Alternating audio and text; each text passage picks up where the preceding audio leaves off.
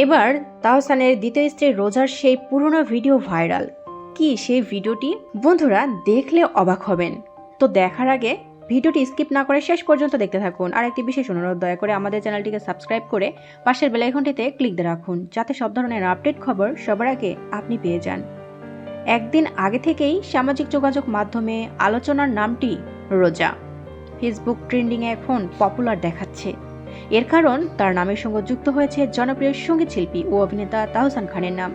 Makeup artist রোজা আহমেদের বিবাহ বন্ধন মাত্র 1 বছর পূর্ণ হতে না হতেই শেষ হয়ে গেছে। বিষয়টি বেশ চমকে দিয়েছে দুজনের অনুরাগী ও শোবিজের মানুষদের।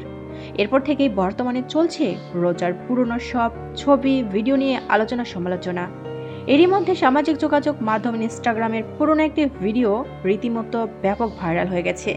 ভিডিওতে দেখা যায় রোজার স্বপ্ন যাবে বাড়ি আমার গানের সঙ্গে তাল মিলিয়ে নৃত্য করছেন। সঙ্গে আরও অনেকেই আছেন। এই ভিডিও নিয়ে শুরু হয়েছে তোলপাড়, কারণ ভিডিওটিতে 2021 সালের 30 মে আপলোড করেছিলেন।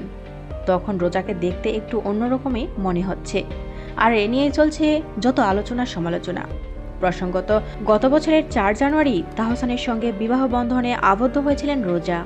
তবে এই বিশেষ দিনটিকে ঘিরে সোশ্যাল মিডিয়ায় ছড়িয়ে পড়া উদযাপনের নানা খবর ও ছবি নিয়ে বিব্রতকর পরিস্থিতিতে পড়েছেন এই তারকা।